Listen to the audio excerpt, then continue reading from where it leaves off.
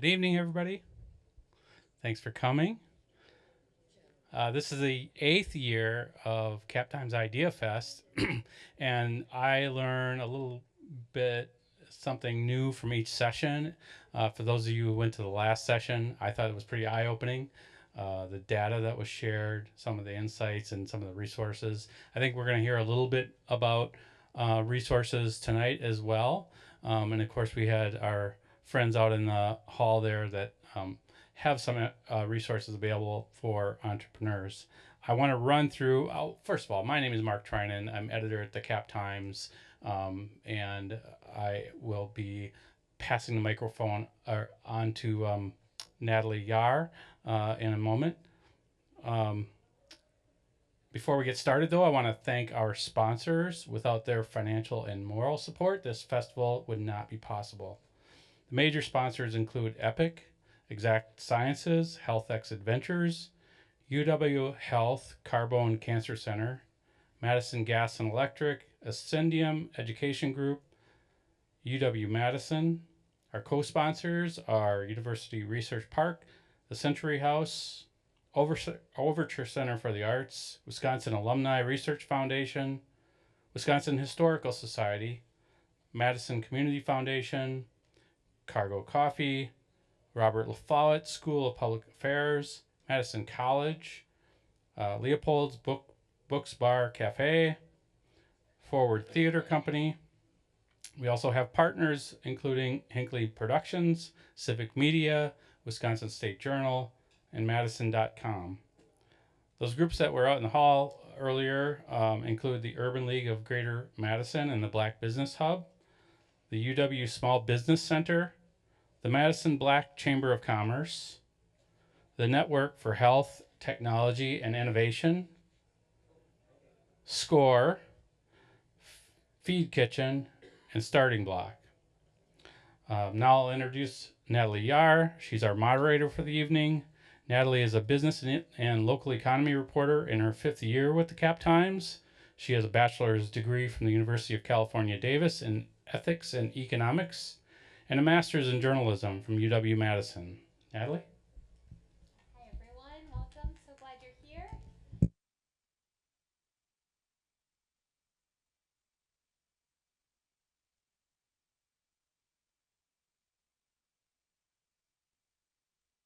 Okay. Um, Welcome. My name's Natalie. Yes, I cover business and the local economy. For the Cap Times, I've had the pleasure of interviewing many of the people up here, and I'm excited to get to talk with them here on the stage or hear from them about how they started their businesses and how they found help along the way. So let me introduce them. We're going to start down here. Jason Boatwright is the owner of Be Right Barber and Beauty in Sun Prairie. Jason, raise your hand. Sorry, I don't have people's names on here in the order that they're sitting, but I could start now. Josie Chu is the owner of Madame Chu, which sells sauces inspired by her grandmother's Southeast Asian recipes. Uh, Awa Sibi is the owner and founder of Les Delicias de Awa, a West African restaurant on Madison's Atwood Avenue. And before opening her restaurant this year, she ran her business for years through catering and pop ups. Brian Espinosa is the owner of Adapt Marketing Consulting, which develops websites and advertising plans for small businesses. And Clee Gray is the owner of Prodigal Building Systems, a Monona based company that builds everything from residential and multifamily homes to large commercial projects. And the company also runs Prodigal Academy, which provides participants with on the job training, equipment, and financial literacy education. So we tried to pick a range of people representing a range of different types of businesses that they all started themselves. So when I was first planning this for this panel, and when Mark and I were first planning for this panel, we spoke with Sabrina Madison and Jasmine Appleton of the Progress Center for Black Women. Shout out to them. And they told me that two of the biggest challenges for any entrepreneur of color looking to start or grow a business in the Madison area are space and money. That is finding an affordable place to work or to run your business and finding the funds to cover startup costs. So let's start by talking about the space side of things. And I am going to go in a kind of specific order because of the different types of businesses. The kind of space that a business needs, as you can probably imagine, really depends, of course, on what type of business it is. So I'd like to start with Jason down here. Can you tell us about the kind of space you needed to get your barbershop started and how you found it? Yes, we're going to do some microphone passing here. Thank you, folks. Thank you. The space that I did an open space because I know kids and in a barbershop there's a lot of people that come in there. So you want to have an open space. You don't want people to feel tight. So that's the reason why I did the space on that. And as far as like you said, the funding on it. So you first started with a smaller space, right? Yeah, And I then you started off moved with to a a bigger. studio. Yeah, I did the studio on purpose because if you go too big, you might lose. So I went smaller to get the traffic flow to come to my smaller space to cover myself because the rent would be less. So when I did the studio, I got the traffic flow to a point where I was able to go bigger. And that was to keep me with a safety net. But then when I noticed the people that was coming in there, they had kids and things of that nature. So I realized like I need a space that's open. And so my space that I have now is big and it's more welcoming for people to come in compared to having like I feel like we're me as a barbershop person. Barbershops always keep this lane of feeling like they gotta have everybody line up against the wall. And the next. Like, nah, you gotta make people feel like the biggest thing I did with my space is I want people to feel like it was an adventure coming there. If anybody see my space, they'll know like my space is beautiful. But I did that because I want people to always remember that they came there. I don't want them to feel like they came there and I was just trying to get the money out of them. So that's the reason why I chose my space. Folks can check out the story that the Caps Times did on Jason's shop, which has some beautiful pictures of his shop, and you can see what he means. I'm sorry we don't have photos here now, but can you just help people picture a little bit how what your space looks like? Oh man, it's You a B art, right. right? It's a B right space, but the space I did it to a point because I learned we're working at another shop that you have to be there for your customers, right? So you can't just think about yourself. So I did a space where I got a corner for the kids. So I got books and an arcade game and stuff like that. So if a father has to bring his kids in there with him and he's trying to get his hair cut, he ain't have to worry about his kids, being annoyed. They're gonna be over there. Some kids don't want to leave. So I'll be I'll be wanting them to leave, but they don't they be loving it in there. So I did that. Yeah, that's it. Mm-hmm.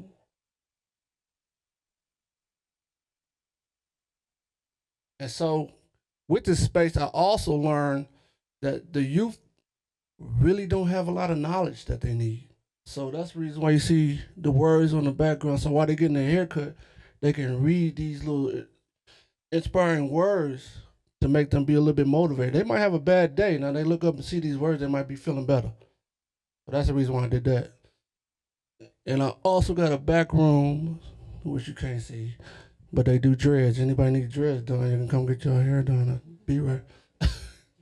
Excellent. And before we move on from Jason, can you just briefly talk about how you found your bigger space or how you were able to find a space that would work for you? Uh, it was a couple of spots in some Perry that I'm in some Perry that I was going to go with. I don't know if anybody in here believer or God, but the spaces just was not going for me. It was always having a problem with the space. It was always having some type of issue with the space. So when I got this space and I found out about this space, the guy that owns Travis, thank God for him, but he was a God man. And so we sat down and talked, and I almost lost the space, to be honest with everybody. Someone was trying to outbid me on the space. They would say they were gonna pay an extra $100 on the space. And so when I was in Illinois, I'm from Illinois, and Travis called me and said, "I can tell that you're serious about the space compared to this guy who's offering more money." I ain't had more money to give him. All the money I earned, we're gonna get to the money thing, but I got the space from Travis. And I think I got it because it was just supposed to happen. Period. I'm in front of y'all because it was supposed to happen. Thank you.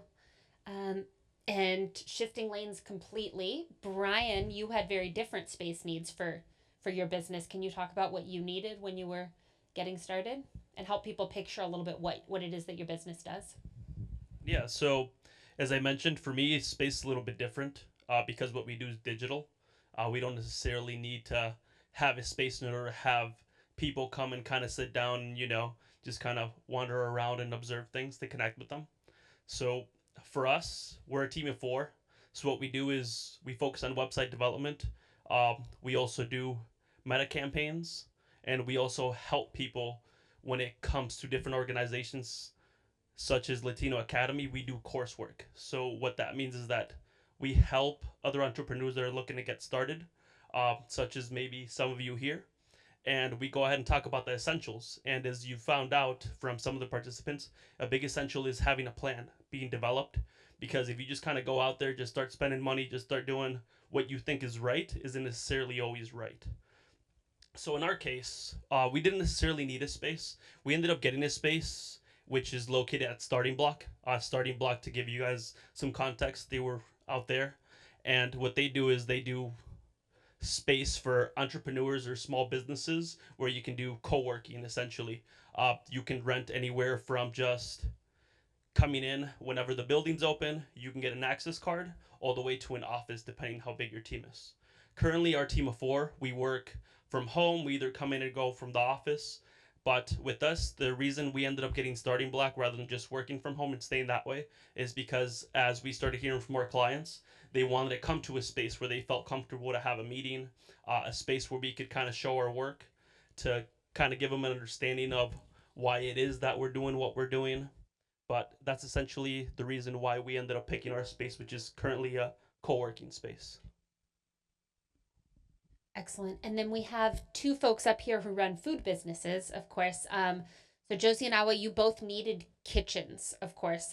Josie, what were you looking for and how did you find it? So I started out making sauces, but just, for home enjoyment as well as with friends. Then when we are starting to get serious about going into business, we really need a commercial kitchen. And there were no commercial kitchen that I can afford because the hood itself will be millions of dollars, thousands of dollars. The equipment itself will be thousands of dollars. And that doesn't even mean that my business will be successful to start out with. It might tank. And therefore, I would lose out on the thousands and millions of dollars for a business that I don't even know if it will be successful. And this is where commercial kitchen comes in. And I use Feed Kitchen, a shared commercial kitchen. It is a great godsend place because I pay by the hour to use the kitchen.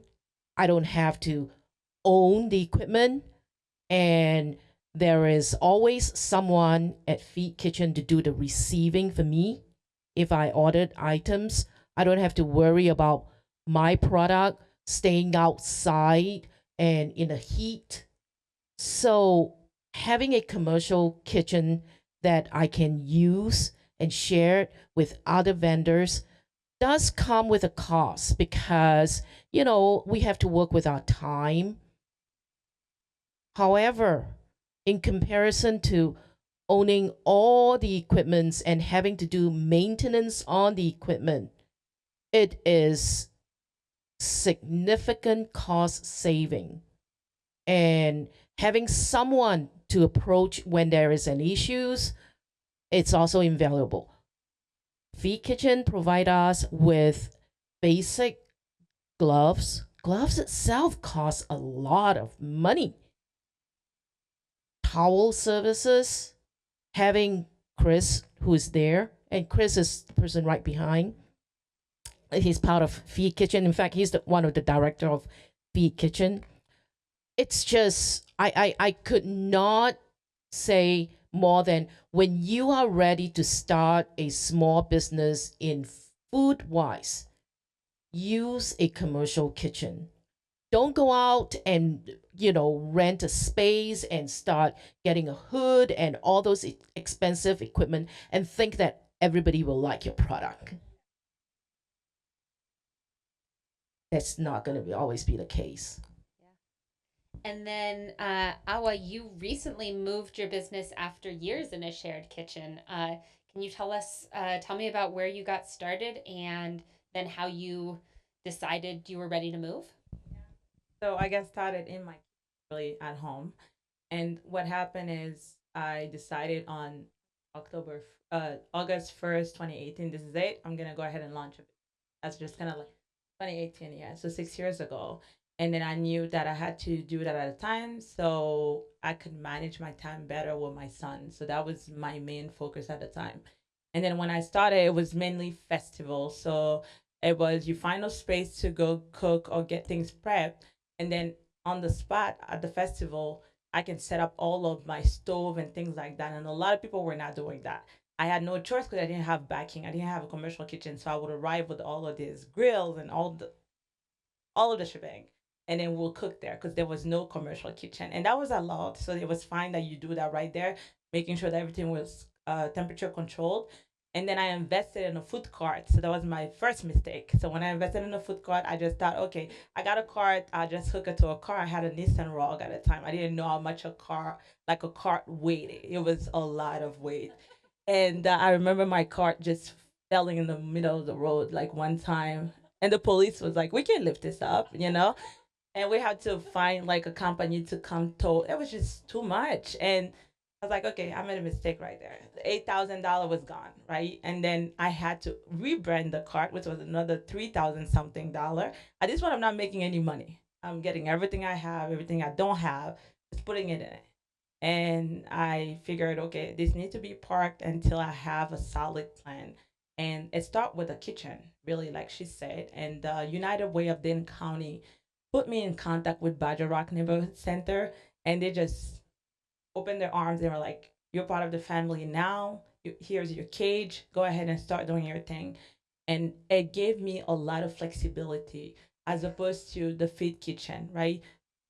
Calendar schedules are like tricky.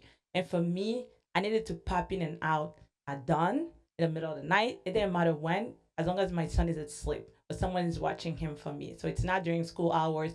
It's those tricky times that I had to conduct my business. So I had like a very wonky schedule, and it wasn't gonna work somewhere else. So Badger Rock gave me a badge, and they're like, feel free, as long as it's not during school hours, you're good to go. And it was that, and I did it for about 3 years. It was difficult because I had equipment, a lot of equipment. I was only purchasing, purchasing, purchasing, and I didn't know where to put them. And you could not do that there because they have a lot of equipment too. So because of COVID, I got into manufacturing because nobody was getting catered to. So manufacturing was the way to go. And then when I was putting my product in the stores, there were high demand and I could not fulfill it. It was becoming even more difficult. It was like one roadblock after another roadblock. And I was hoping to find my own space so I can manufacture out of, I can cook out of. It was all of these things that I needed in one space, not doing one thing that works now and then putting the other thing on pause because they all were viable at a time because winter times are not great for catering. Winter times are good for manufacturing, and then summertime are good for catering and festivals. So it was just very tricky, and I knew I needed to find my own space. Couldn't find any because, like I said, I spent a lot of money, so my statement did not look too good, and the bank was not gonna hear it, and I had to go and just knock at different doors. I got grants here and there. Every time I was getting a grant, I was investing in more. I was not learning my lesson. I was just buying more stuff, but then I needed to look professional. I needed to get more catering gear. I need for equipment to look good, because I feel like when you have that kind of there's an appeal for a bigger market. You don't want to just be stationed doing the same thing, and it makes you look not too professional. You know, things wore out. So I always had to do more. I remember my my second wedding. It was 100 people, and I made 10,000 out of that wedding. I used $8,000 to buy all of the chafing dish and all of the equipment. They didn't know that. I did it. You know, I imported stuff from home just to make it look good. But I got a lot more out of it eventually over time because people have seen how professional the work was, right? We travel all the way, like four hours away from Madison. We went to Door County. These people didn't know this was gonna be my first time doing it because I look so professional. So that was just my motivation all the time. And then I knew we could make it if we keep on being perseverant and doing, just getting better at it. And knocked at different door, couldn't find a space. I could not even get to the application phase. That was the thing. Like I would meet with landlord, I would meet with people, we'll talk, we'll have several meetings, and I was never presented with anything. They would just ghost me. Even before they saw my statement, they would just ask me, where are you gonna get funding from? And then, you know, whatever I was saying at the time just didn't work out, maybe, but they were not upfront with me. They would just let me go. And I would just be disappointed, one thing after another. And eventually, I got this close to signing a list, but it wasn't going to be a good list. Like you talked about God, same thing here. I knew something was off. I pulled out of the deal. I had another deal. Something happened. And then I gave up. Last year, I told myself, if I don't find a space, 5 years in the business, I'm done. I shaved my head. I was like, I'm done completely. This is Renaissance for me. Whatever it is, whatever path it leads me to, I'll take it. And a landlord actually saw me in one of the events that I catered, you know, and it's Joe Crew from Prime Urban Properties. I didn't know him. And Fate had it when my broker, he became my broker because he believed in me. He was not my broker. He was like, I got you, we'll find a space. And then when we put in the application for the space that was there, I didn't know Joe Krupp had any tie with that building. And when the application went to his desk, he called someone that knew me and said, wait, do you know this, our CB? And then she said, yes, she's my mentee. She's amazing. She's all these things. And then he told her, okay, tell her to submit a business plan. Let's start there. And that's how it started it. And I got the place. So it was a lot of work. It just wasn't right timing all the time. And then we got the space and now we're in there. So that's kind of like how it happened. The former Monsoon Siam across from Barrymore Theater. Okay. If folks don't already know. Okay. And Clee, I think this is probably a totally different thing for you in a construction business. What space concerns, if any, were there for getting started? But when we got started, we actually, because we were part of a barter system, IMS, we were able to barter a co working space in Monona. We had a 3-man office that was actually like a closet, but it was tight. You know, I worked there every day, 12 hours a day, 6-7 days a week, as we were doing on that end of it, you know, doing more bidding, more getting the name out and stuff like that. We went from there to leasing out an entire suite in the same building, and still shared some of the co-working space. This is in Monona. It's formerly the Bricks co-working space, and and now it's and now it's I forgot what it's called now. It's called something else now, but it was Bricks co-working at one point. And then as our needs grew more, we started accumulating more equipment. We started accumulating trucks. We started accumulating trailers. We started accumulating people. Um, so as that happened, we needed more space, and we ended up first we tried to get a um, like a warehouse space in Sun Prairie, just to kind of hold our equipment in that. It was right off the highway, real quick, real easy. That space became, because it didn't have heat, that that didn't last very long. I mean, we finished our lease on it, but it was not the space for us. We ended up in Morrisonville, and I know a lot of people are like, "Where is Morrisonville?" Morrisonville is just past DeForest. It's like it's the furthest point in Dane County you can get past DeForest. It's right on the line, and we're actually in the old Morrisonville Bank. May ring a bell because DMB literally is DeForest Morrisonville Bank. So this was the original bank, and it became Ben H. Anderson and a lot of other manufacturing places that ended up making this building up, and now we have the building in there, which gave us just over 9,000 square foot.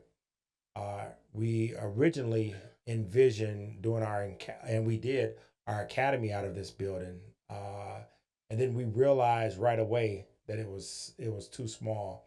We did an order for the VA in Baraboo. The walls themselves were 12 foot 4.5 inches, and we panelized walls. So we ended up doing that in Milwaukee in a space owned by the Wisconsin Black Chamber of Commerce. And we realized when the order came there that space was too small. So we ended up getting, as fate would hold it. I love the just the spiritual aspect of it. As fate will hold it, we came in contact with a man named Tom Ryan, who's the CEO and president of Johnco Industries. He owns close to 2 million square foot of warehouse space in Milwaukee. And the day that we met him, he walked us through a space he had just bought. It's 685,000 square foot facility. And he said, "Well, how much space do you need?" And as we're walking, I'm like, "Okay, well, we can take one of these little corners and we're fine." He said, "Well, didn't you just say that the space that you were in was too small for you when you took the order?" I said, "Yeah." He said, "Well, then that's not what you need. This is what you need." And literally walked us over and gave us just under 20,000 square foot. And now we've accumulated another 5,000 square foot on that, plus another 7,500 square foot in office space as well. So that way we can we didn't know this at the time, but when we were building out our business plan, we realized that we are, and I'm kind of, so this is what I'm talking about when we talk about faith, right? And faith and everything else. So in Milwaukee, we are the only structural building components manufacturer in the city of Milwaukee. Now we're the only minority or black building component manufacturer in the state, but we're the only manufacturer in the city of Milwaukee itself. And that's significant when you come to an area, especially when you think about Dane County and here, because you can name those right off the top of your head right here in Madison. You got Brunzell, you have Windsor, you have Drexel, you have a lot of other competition right here. But basically, we have no competition. There's no competition in the city itself, and it is actually we found it to be a opportunity for us to teach not only people who've never been in the construction industry, but to teach those that are in the industry about building panels and about wall panel manufacturing and things that we do there, and to make their builds that much faster. So that's a definite labor of love. We just had our grand opening in that space in July, mid-July, and we're still building it out right now. So it's a labor of love. So that's Excellent. We're going to shift gears now to the money side of things. Folks have alluded a little bit to this, and money can be touchy. Folks are welcome to share what they want to share. But Josie, I'm going to start with you. What kind of things did you have? You referred to this a little bit earlier, but like, what kind of things did you have to pay for when you were just getting started, and how did you do that?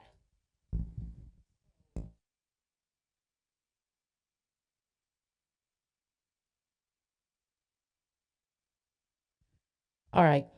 So there are lots of costs involved with starting a new business. Every single jar, it costs money, including the lid, because I'm in food manufacturing. Every label, it costs money, front and back. The design of the label is a cost.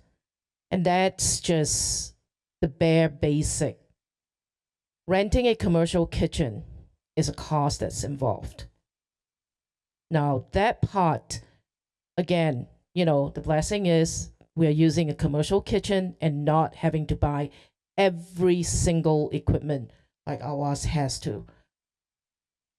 The hood and everything, that costs money. So that is excluded. However, there's the membership fee, the initial cost. Every single recipe has to be tested, and that costs money. Has to be approved. Sometimes, if it's because we don't have a food authority right now. So any new recipe that I have that I want to produce, that will cost a couple of $100s to be approved by a food authority. So that's not even involved with cost of goods.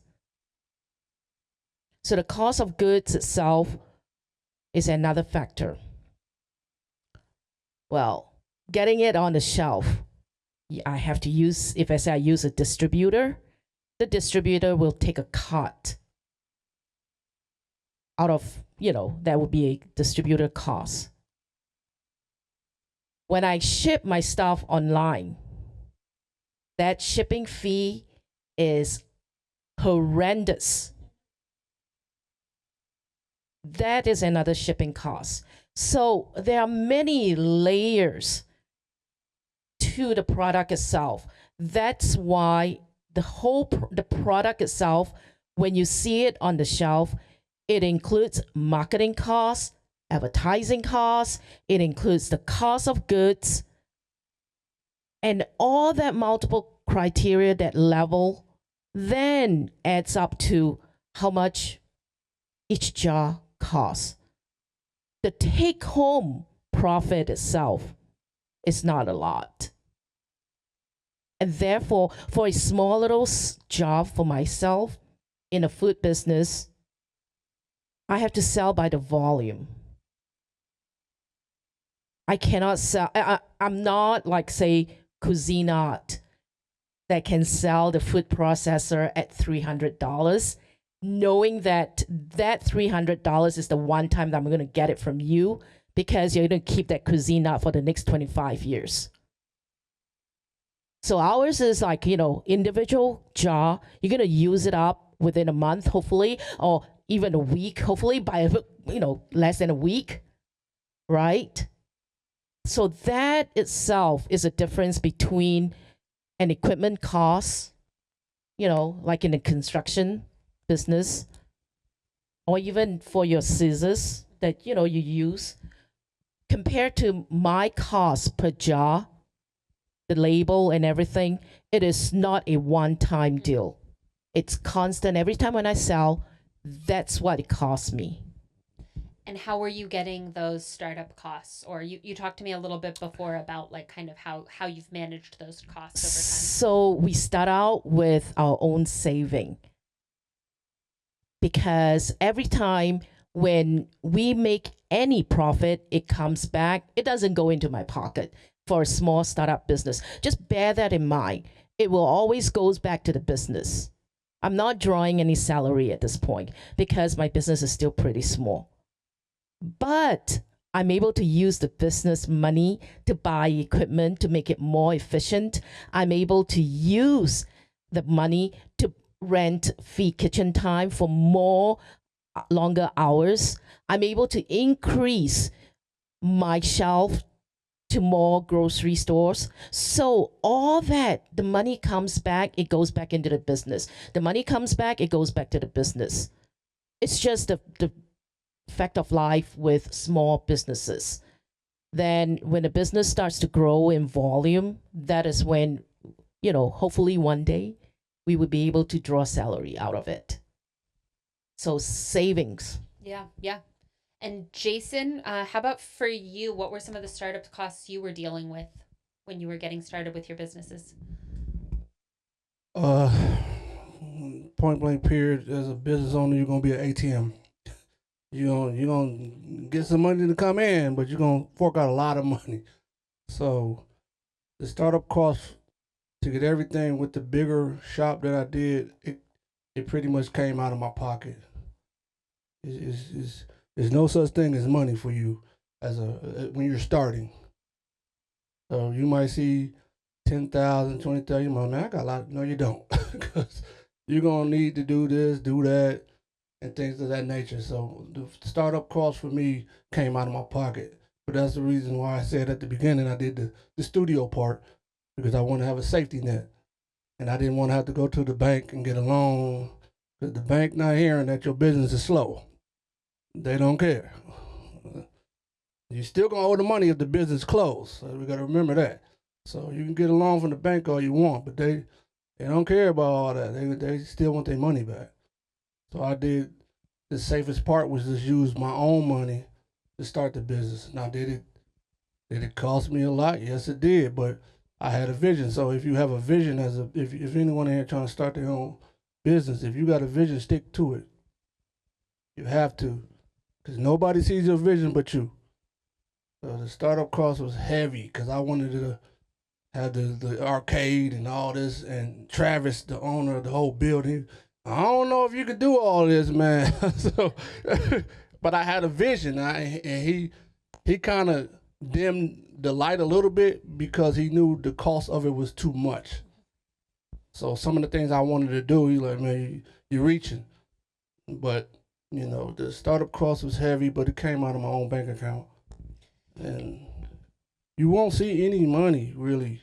Like, as you start a business, I know people think when you start that business, you're going to see dollars on top of dollars. That's not true. You have to take that money and put it back in the business. You have no choice. That's why I say you're an ATM. You take a lot of money in, but then you got to give a lot of money out. So that's one thing with the startup cost. Yeah. So you told me that you saved up basically when you were working at somebody else's shop before, had the money to start your smaller shop, and then from your smaller shop, you were basically able to have enough to move to the next level and to show a bank that you could get a loan, right? Yeah, so whenever I started my bigger shop, it was all my money. But I started this in COVID. So I started the bigger shop in 2020. Yeah, it was tough. So when I started the smaller shop, I made sure to put all my money into my business. I kept it. I wanted to buy a lot of fancy stuff, I won't lie to you. But I just kept the money in the bank, kept it, because I already seen the vision where I wanted to go. I just didn't know how I was going to get there. And then when I started to, like, keep saying God works in a mysterious way. So I took all of my money to start the business. And then whenever the COVID situation happened, there was a lot of grants and stuff out there that you can get. So that kind of covered bills at home, and your people saying, "Hey, I got kids," so they was running around like, "Dad, what we gonna do for Christmas?" I'm looking like, I don't know. But thanks to the grants and things that was handed out in 2020, it helped me from not being bankrupt. And Brian, how about for you? What were your startup costs? What was that situation like for starting a digital business? Yeah, so for me, it's actually kind of the opposite from everyone, right? So with being a digital business, you don't really need much besides probably the software you're going to use. So if I had to estimate how much I've probably spent on the business, the startup cost is probably about $1,000. And the reason for that was just because when you get your first client, that's we need the software to be able to operate on what we're going to deliver for them, right? So I'd say the biggest struggle that anyone has faced as a business owner that you probably know it's just the starting, right?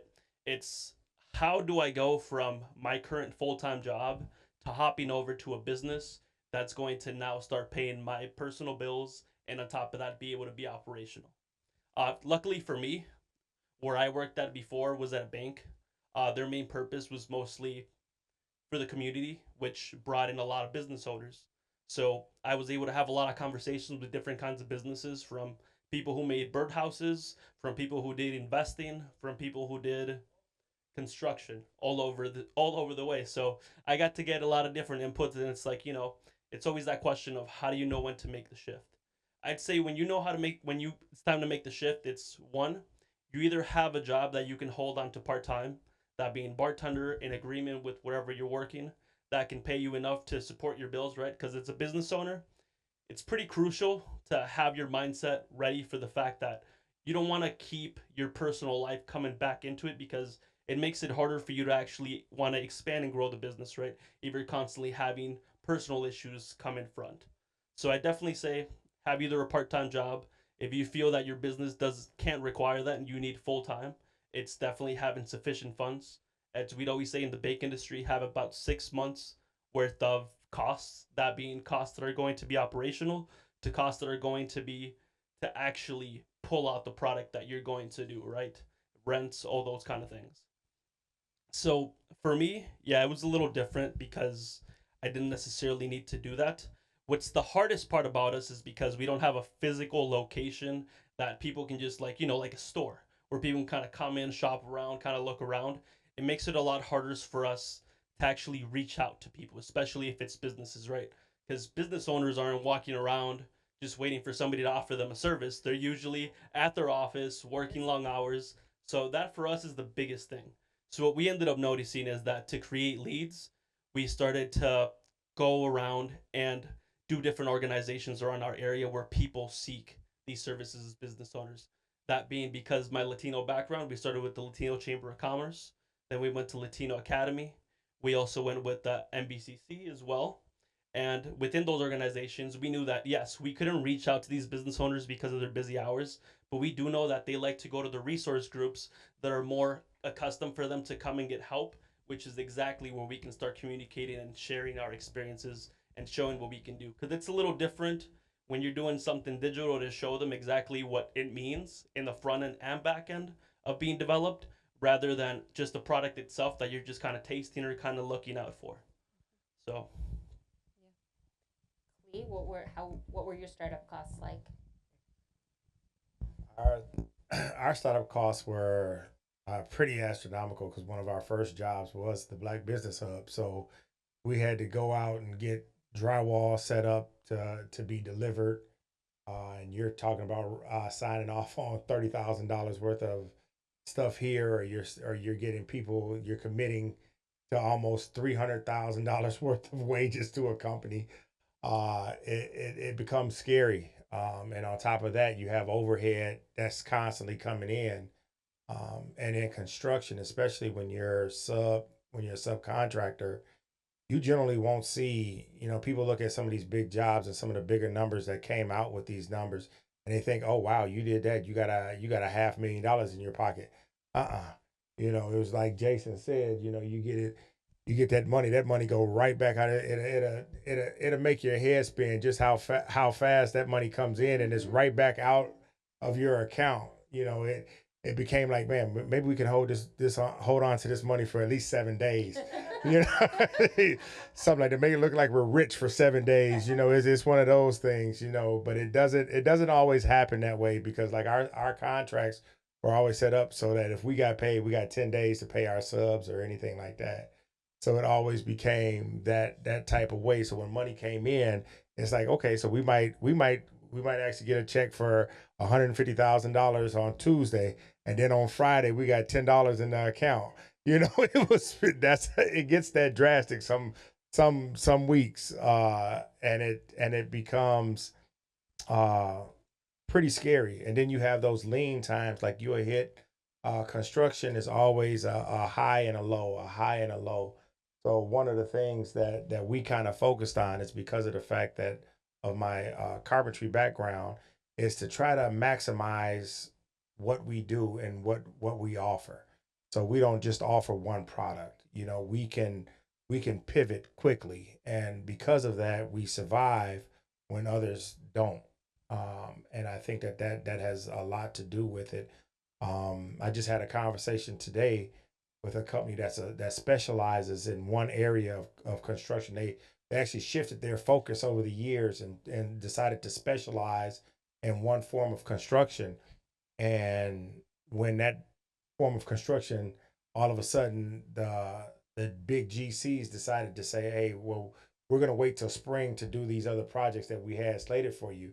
Now you got to look for something to do. It's only September, and you got to look for work all the way through between now and March or April. So that becomes scary as a business owner. And we were talking, and he was like, "Well, what do you do?"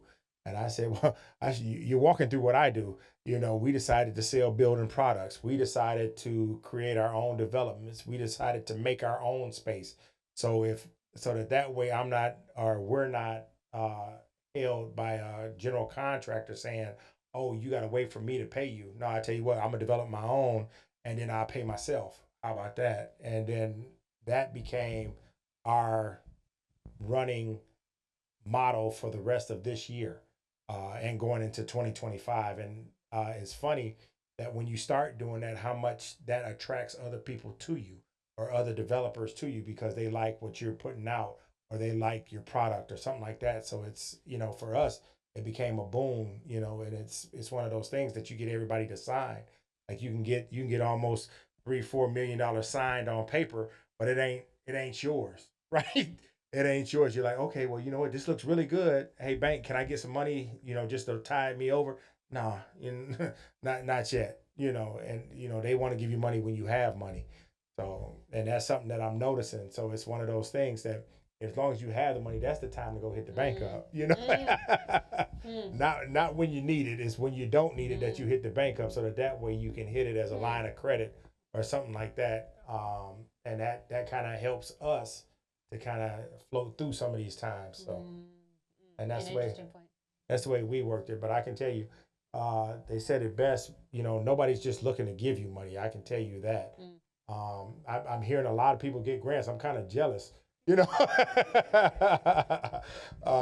because it's one of those things that as you're going and growing, you always searching for things. I know we spent a lot of money out for our academy that came right out of our own pockets and our own what could have been what should have would have could have been our own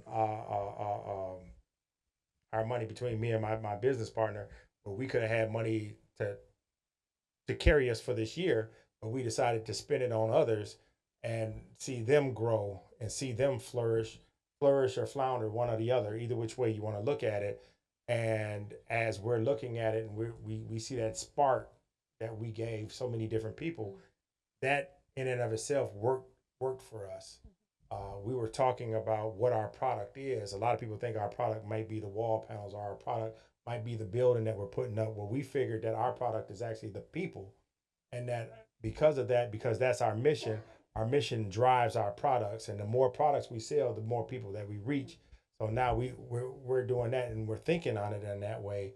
And for us, it makes us. It doesn't help our pockets as much, but it actually helps us to be able to deal with the lack of pockets. I guess you can look at it. So with that. And Awa, you talked about some of the startup costs that you were dealing with, but anything you want to add on that front? Uh, well, the transitioning from catering and the small manufacturing business to restaurant is a whole different ball game, right? So it's everything they said. It's starting costs can be very brutal, and then not knowing what you're getting into really. Because when I was drawing my business plan, I had these ideas that if I average a ticket at $20 per customer, and then I do about 70 of those daily, we're set. Okay, reality came, so it was different, and then I got to realize how that works, right? The cost of goods, how many pounds of rice are we using weekly, how many pounds of lamb, all of this add up. And on top of that, labor, because I didn't have employees in the past, right? But now I have all these employees, and then every time I do payroll, I'm angry, and I tell them that. Every time I walk in, it's a payroll week. I'm just like, oh, you're not doing what you're supposed to do because it's a lot of costs. And then they know that, they laugh at it. They're like, oh, it's payroll week. We have to like walk on eggshell here because she's here. She's not gonna like any move we make. So it's these things you don't know, but you're growing. That's the only way to grow. You have to spend more to make more. You're only thinking, I'll be making this kind of profit without thinking of all of this overhead. And then we had to do a build out.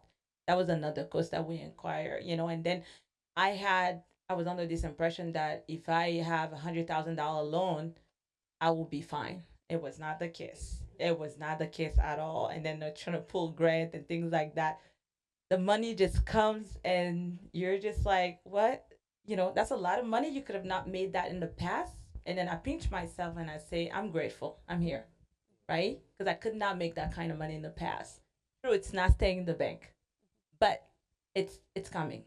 At least we have something. At least we have something to show it. It's like kind of like it's those are your footsteps, and then the bank also likes that. They like to see that you are growing, you're doing something different, and that you are also sticking and maintaining, because the uniqueness of your product also help what you're doing.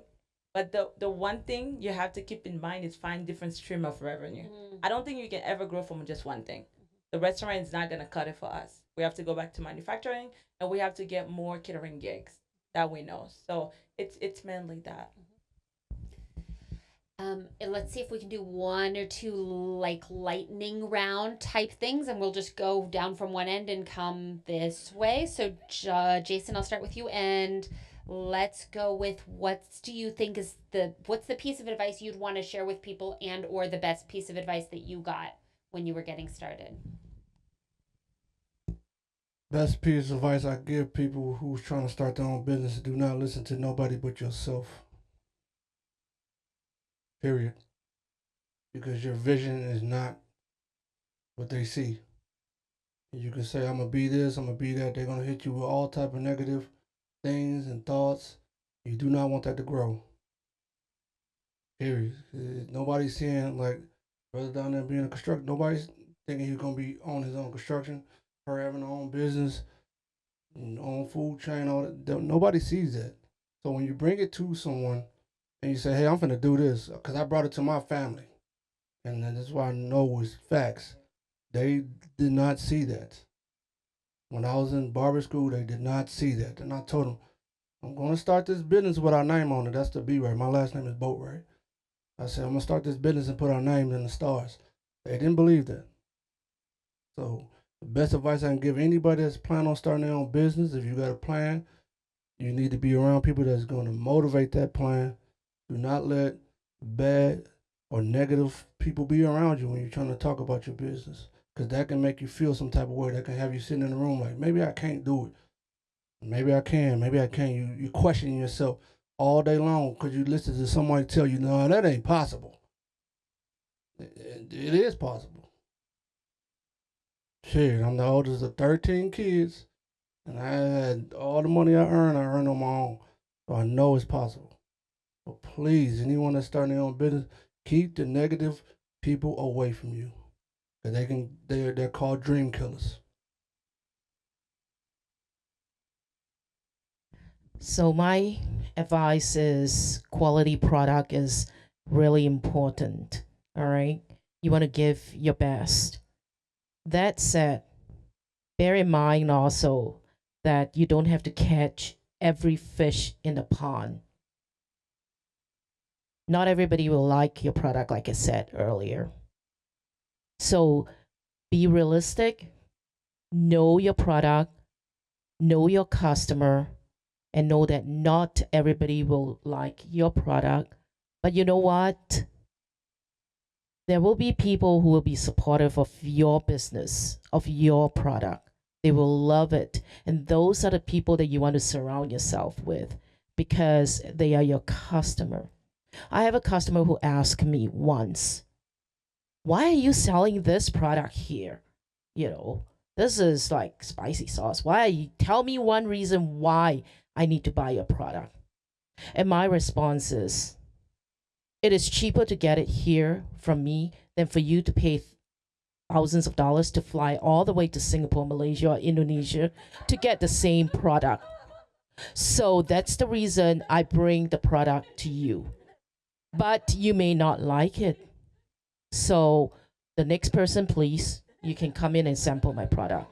So bear that in mind, okay? Not everybody will like your product. Don't take it personal. Don't take it personal and moved on. As my tagline say for the business, it's authenticity, right? Just be authentic and find your niche. Whatever you do, find your niche, stick to it. Like she say, make quality product. Be careful, because for us in the food business, it can be very dangerous, right? Because you don't know the liability that comes with it. If anyone ever gets sick off of your food or your product, you're in trouble. And that might be for a while. If anyone has any type of allergy off of your product, you might be in trouble. And that might be for a while. So these things are very important for small businesses like us, because even doing a recall is not a small feat, you know? So it's very important to maintain hygiene, these kind of things, and making sure we do it in the norms, right? I know people are going on a tangent. They want to sell food, they want to do things, and I'm afraid of the condition in which they do these things, because you never know what's gonna come after you. We all have good sentiment. My hope is one day I could house a lot of people like me in my space to conduct the business out of, when we're close to things like that. Or if we have a commercial kitchen, so Black people can feel the inclusivity and all these things, because it's really hard for us to find space, minority. That's what I'm talking about. So making sure you stay authentic, you do the right thing, and you don't lose your faith, because you will hear those Debbie Downers, right? You will hear the people that are gonna laugh at you in the process, because you're giving up a lot. You can be anything in the world, but if you're doing this, stick to it, do it well, be authentic, and everything else they say and more that they're gonna say. For biggest piece of advice that I would say is just make sure to always plan everything out. And that's not overseeing the little things, such as we mentioned, all a business plan. It's free to get a piece of paper and a pencil and start writing down what you foresee would be all the things that are going to happen, such as overhead costs, things that maybe you need to go ahead and focus on, maybe threats that your business might be facing in the future that you can kind of pivot towards. Because a business plan, all it is just a visual point, right? It's just something that you can focus on to look back and kind of think about, is this something that is really working out for me? Is there something I have to pivot? But without you continuously reassuring yourself, talking to yourself, looking over what's going on, it's pretty hard to continue to move forward and scale a business. So as I said, the biggest thing I'd say is plan out. We all have 24 hours in our day. It's really just how we choose to use them at the end of the day. I think the key thing for me is network.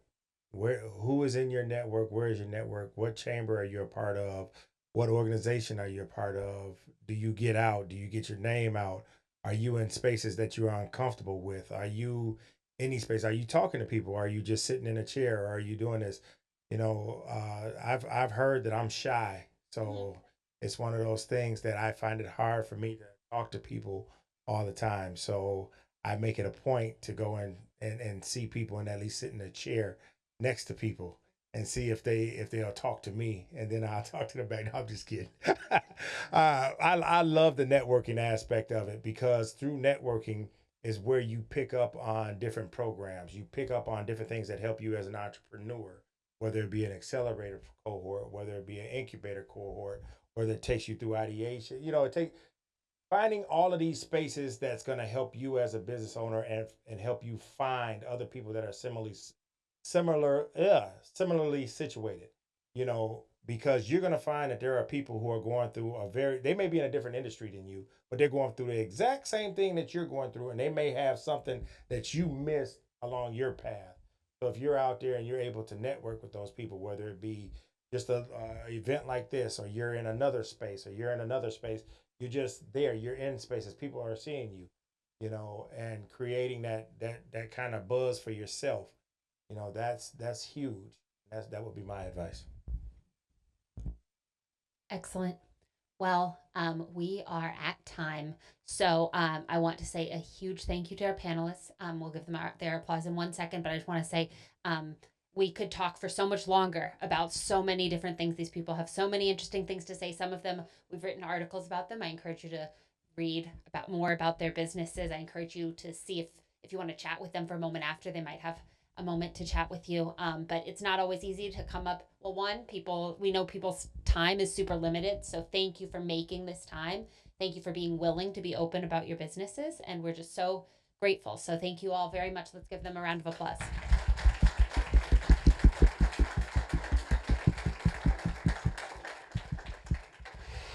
And then just a reminder, you're welcome to stop out in the hallway. I don't know which of our resource tables have stayed right now, but if you wanted more information about any of them, you'd be welcome to stop up and talk to me, and I could connect you with any of those organizations that were here. Some of the organizations folks talked about here were here this evening.